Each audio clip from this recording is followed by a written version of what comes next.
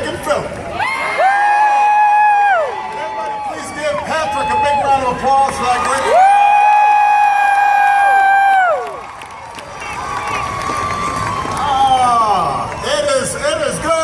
It is good to be back on the campaign trail.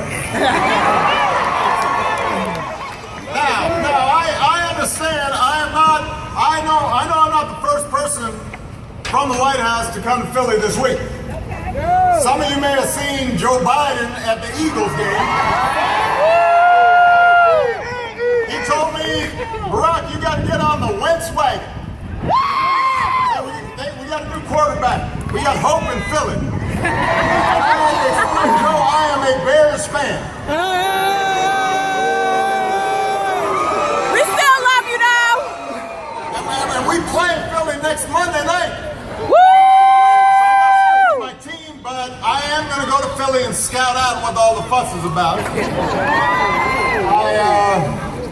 I also am here because you've got some of the best public servants in America. They work their heart out every day for you. You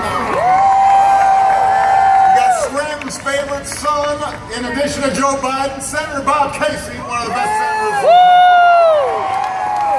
Your outstanding governor, Tom Wolf, is here. Your wonderful mayor, Jim Kenney, is here. One of your outstanding members of the House of Representatives, Bob Brady, is in the House. Your candidate for the United States Senate, this is a special woman. She's going to do a great job. Katie McGinty is here. And your candidate for Attorney General, an old friend of mine, somebody who was with me early on, Josh Shapiro.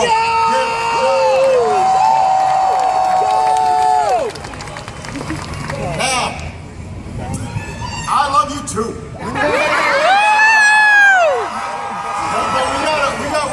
We got some business to do here, so we got some business to do. This is going to be one of the last times I visit Philly as president. And so my first order of business is to say thank you for all the support you've given me all these years. And I've got incredible memories here in Philly. Most recently at the Democratic National Convention. And I could not be prouder of the leader that we have nominated to take my place.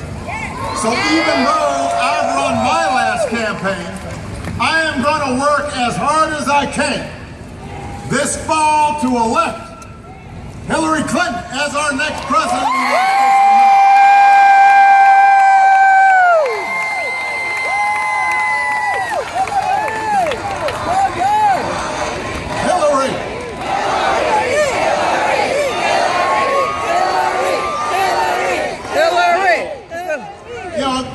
In election season, you will often hear crazy stuff.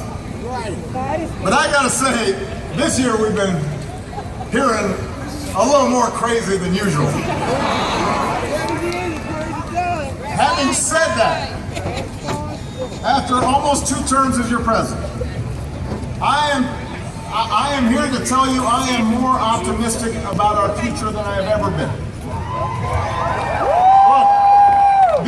Because I've seen an America that, for all the challenges, for all the noise of the politics, still has the capacity to come together and do great things. You think about it. We fought our way back from the worst recession in 80 years. We turned around a declining economy. We helped our auto industry set new records. Our business has created 15 million new jobs, slashed our dependence on foreign oil, doubled our production of clean energy, made marriage equality a reality in all 50 states.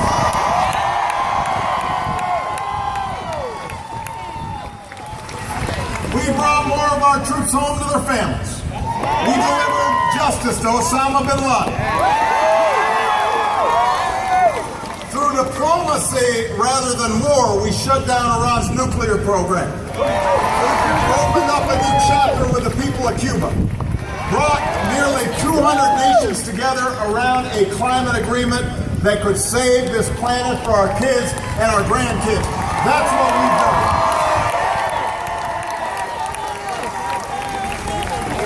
By so many measures, America's stronger and more prosperous than when we started out on this journey together. In fact, some of you may have saw there was a new report out just today showing that last year across every age, every race in America, incomes rose and the poverty rate fell. In fact, the typical household income of Americans rose by $2,800, which is the single biggest one-year increase on record. We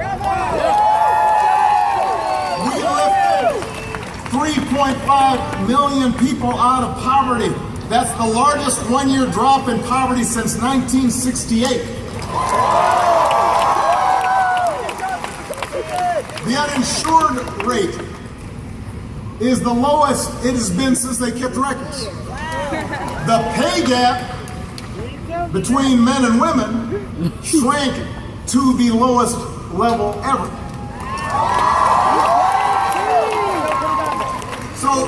So now, let's face it, Republicans don't like to hear good news right now.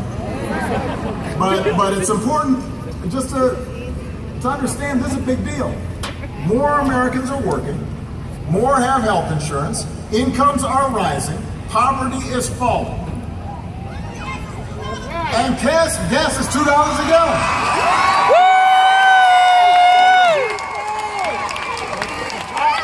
Thank you for reminding me. Thanks, Obama.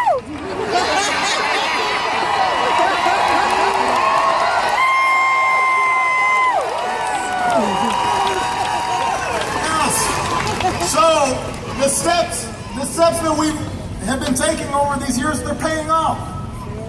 We've shown that progress is possible. And of course, none of this was easy.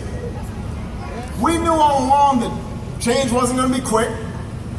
We knew that we wouldn't meet all of our challenges in one term or even in one presidency. But we're here today because we know we've got more work to do for every worker who still needs a good job, for every worker who still needs a raise or a decent retirement, for every child who still needs a world-class education as a ladder out of poverty, for every family who hasn't yet felt progress these past 8 years. We've got more work to do, we know that. And the choice that you make, that we make, just 8 weeks from today, will determine the direction of this country for a long time. And I've already said this, this is not a choice, this is not the usual choice between parties and policies and left and right. This is more fundamental. This is a fundamental choice about who we are as a people. This is a choice about the very meaning of America. What was your first name? I just accepted it. Democrats and Republicans, we've always had our differences. There's nothing wrong with that. That's how the country moves forward, right? We have debates, different ideas, compete. We see what's going to make us work. But what we've seen from the other side of this election, this isn't Abraham Lincoln's Republican Party. This isn't even the vision of freedom that Ronald Reagan talked about. This is a dark, pessimistic vision. Yes. Of a country where we turn against each other. Yes. We turn away from the rest of the world. They're not offering serious solutions. They're just fanning resentment and blame and anger and hate. And that is not the America we know. That's not the America I know. The America I know is full of courage and optimism and generosity and ingenuity and innovation. Yes, we've got real concerns. We worry about paying the bills. We worry about protecting our kids. We worry about caring for a sick parent. Lord knows we get frustrated about Washington and all the gridlock. We worry about racial division. There are pockets of America that never fully recovered from the factories closing down, their parents who are worrying about whether their kids are going to have the same opportunities they had. But look, I've traveled in every state, and I've seen, more than anything, all that is good and right about America. I see people working hard. I see folks starting businesses. I see teachers just digging in their own pockets to buy school materials and teaching kids just because they love kids. I see men and women in uniform serving their country, making incredible sacrifices. I see engineers inventing new stuff and doctors coming up with new cures. And most of all, I see this younger generation that is so full of energy and ideas. Held back by the old ideas. Imagine what can be instead of just what is. And I see Americans of every party and every background and every faith who ultimately believe we're stronger together. All of us, young, old, men, women, black, white, Latino, Asian, Native American, folks with disabilities, all pledging allegiance to the same proud flag. That is the America I know. That's the America you know and believe in. And there is just one candidate in this race who's devoted her life to building that America. A mother and a grandmother who would do anything to help our children do better. A leader who's got real plans to break down barriers and blast through glass ceilings and widen opportunity for every single American. The next president of the United States of America, Hilary Clinton.